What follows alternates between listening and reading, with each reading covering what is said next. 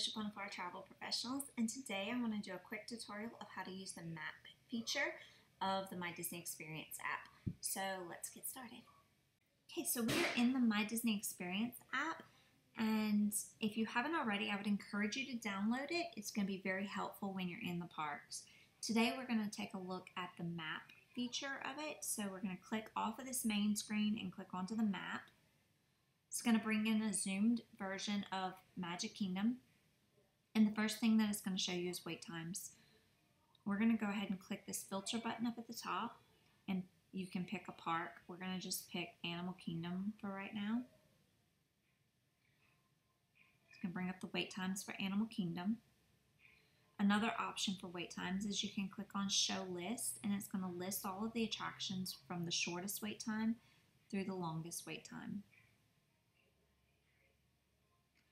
The next thing we're going to look at is if you go up here next to wait times and click that arrow, it's going to list all of the things that you can look at on the map. So some of the things I want to highlight is dining. One of the great things about the dining is you can click on the filter and you can search for whatever type of dining you're looking for. So if you want to look at quick service or a particular type of restaurant, you can do that.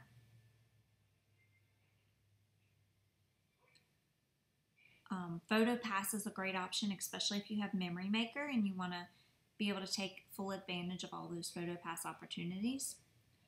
Guest services is another thing that's great to have. You can, again, filter, and you can look whether you're looking for child areas or like first aid, health service places. You can go ahead and click on that, and it's going to list those for you. And the last thing I want to highlight really quickly is the shops.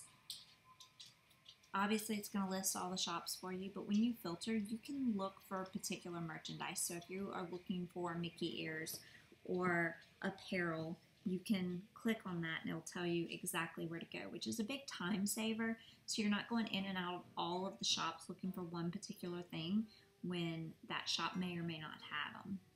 So you can filter that out.